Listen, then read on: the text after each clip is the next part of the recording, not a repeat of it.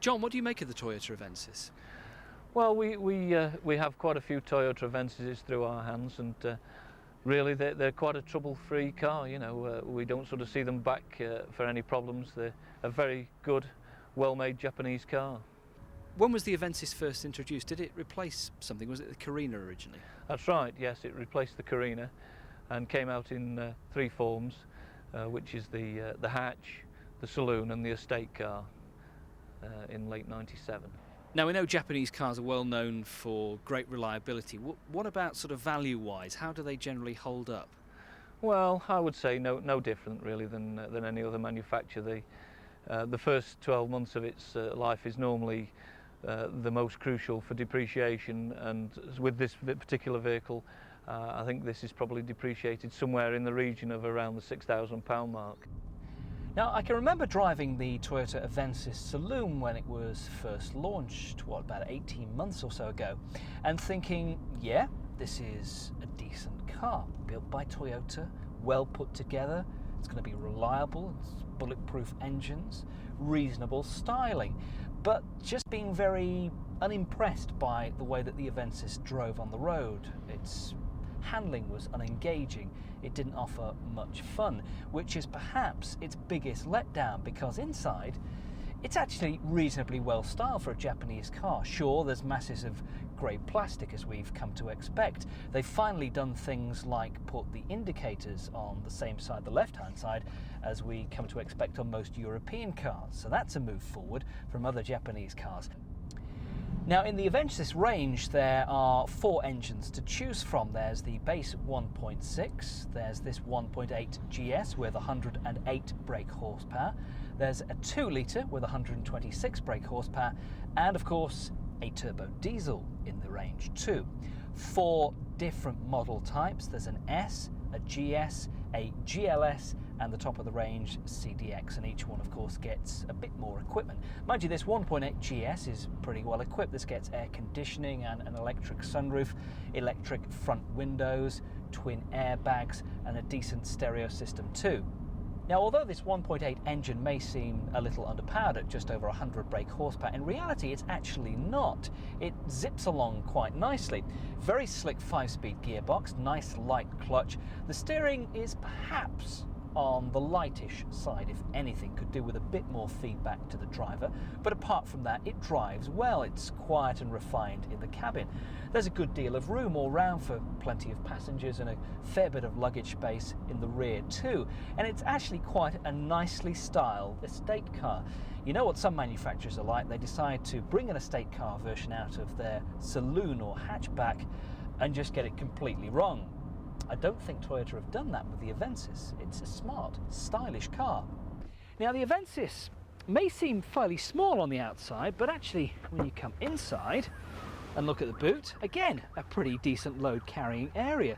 Nicely trimmed, very smart, and with a security cover that just pulls over there and hooks in fairly easily, he says, to there, which it does. Shut that one. This is a 2.2 turbo diesel RT model. What was this new and what's it sort of worth now? It's about 18 months old, this one, isn't it? Yeah, this car a little more expensive than the previous models we spoke of, in that it's I think it started off at about £17,500, and because of its time that it's run now, I would say it's probably depreciated a fraction more than the others, in that it's probably retailing today for around the 9.5 mark, which is a considerable amount more depreciation than the other models. So it's lost some, 45% or so, hasn't it, over an 18-month time, which is a fair chunk if you're a private buyer. It is, yes. I would say that's probably put down to its lifespan, and there are a fair few of them around to be purchased, so that must reflect, I suppose, in its residual value. And obviously it is coming to the end of its life, so that would obviously be another factor that would affect its residual value. Now, Renault knew when they wanted to replace the ageing 21 and Savannah range that they had to come up with a decent car that would appeal to the masses, basically. And that's what they came up with in the shape of the Laguna. It had to be something that would take on the like of the Ford Mondeo, the Vauxhall Cavalier, or the Vauxhall Vectra as it now is, and the Laguna has pretty well succeeded. It's been a popular car in the UK, and there are plenty of examples on the road. It first came out in saloon form in 1994, and the estate followed about 2 or so years later. This is a 2.2 turbo diesel estate. Not exactly very powerful, I have to say. It's rather sluggish.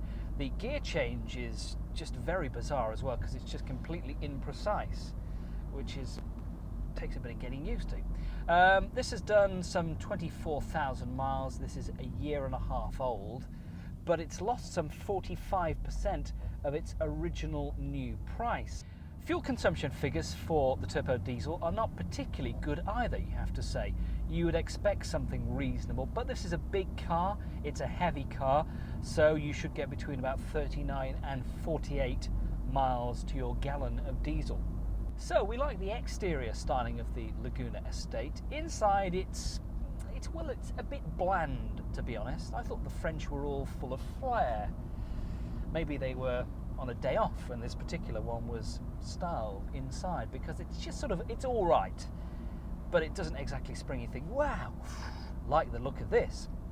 You get a good choice of engines in the Laguna range, starting with the base 1.6 model. Then there's a 1.8 and a 2-litre petrol, and 2 diesel engines, a 2.2 diesel and a 2.2 turbo diesel, which is the one that we're in at the moment.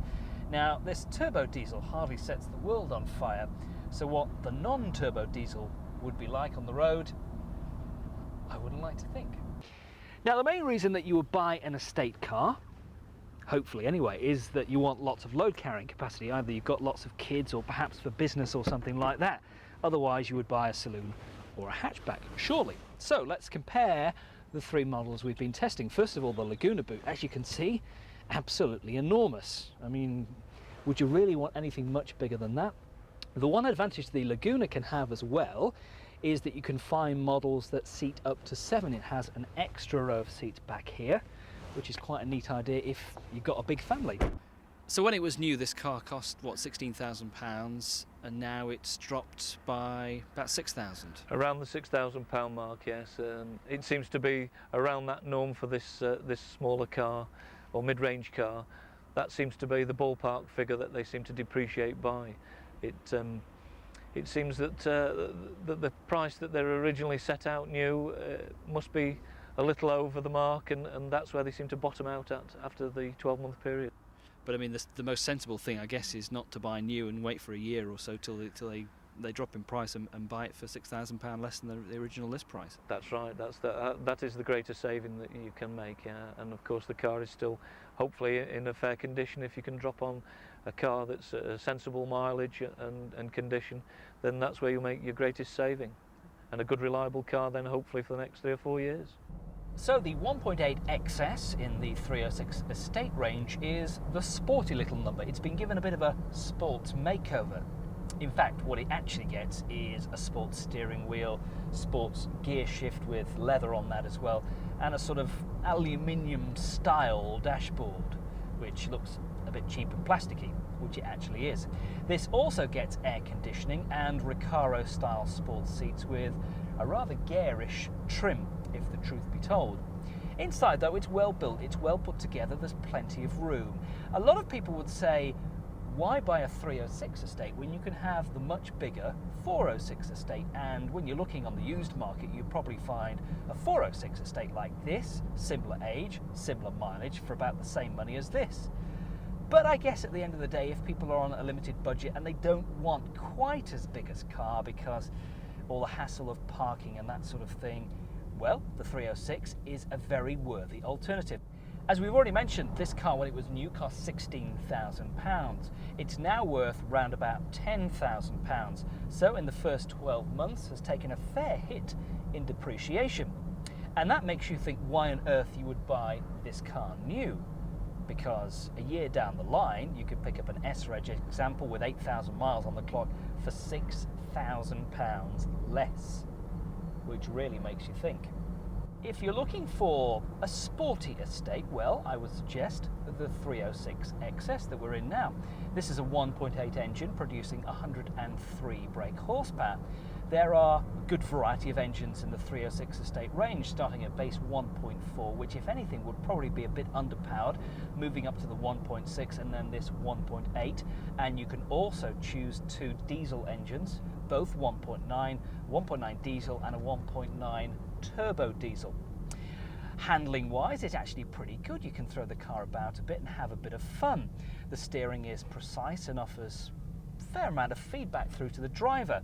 One thing I don't like about the car is the way that the clutch is fairly sharp and sticky. It seems to bite very, very early. Also, the gear change is perhaps not as slick and smooth as you would like, but you're in a sportier car, so I guess I can accept that. And finally, the Peugeot, which is the smallest of the 3 cars that we've had on test.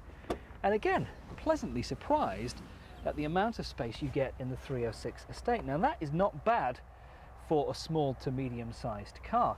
And again, you have a security cover which folds neatly over there and looks rather good too.